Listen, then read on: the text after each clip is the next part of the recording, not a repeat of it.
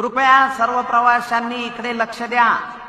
फलाट क्रमांक 1 वर केळी खाऊन साल फेकणारे आजोबा, जेवणाचा डबा धुवून पाणी फेकणाऱ्या आजी, सातारा कोल्हापूर गाडी जवळ चिप्स खाऊन रिकामं पाकिट फेकणाऱ्या शाळकरी पोऱ्या आणि फलाट क्रमांक 3 वर पुडी खाऊन थुंकणारे युवा नेते आणि एकूणच छान प्रवास करायचा सोडून कचरा करायला आलेल्या सर्व मंडळींनी ध्यान देऊन ऐका। आता डोळे उघडायची वेळ आलेली आहे। स्वच्छता ही काही एकट्या दुकट्या माणसाची जबाबदारी नाहीये, ती सर्वांची जबाबदारी आहे। घाणीचा वास माणूस पाहत नाही, तो जसा सामान्य माणसाच्या नाकात शिरतो तसा व्हीआयपीच्या पण। आणि या घाणीमुळे रोगराई सुद्धा पसरते।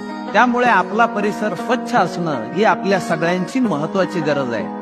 आणि हाच दृष्टिकोन डोळ्यासमोर ठेवून आपल्या एसटी महामंडळानं सुरू केलंय हिंदू हृदय सम्राट बाळासाहेब ठाकरे स्वच्छ सुंदर बस स्थानक अभियान।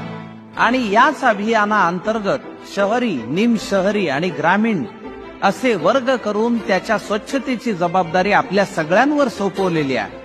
आणि या अभियानाअंतर्गत पहिल्या, दुसऱ्या आणि तिसऱ्या क्रमांक